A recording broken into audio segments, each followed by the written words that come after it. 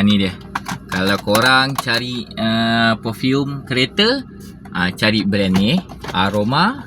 Atau lagi satu ada yang Blank daripada Xiaomi pun boleh, yang ini pun boleh. Sebab jenis macam ni bau dia kuat dalam kereta ni.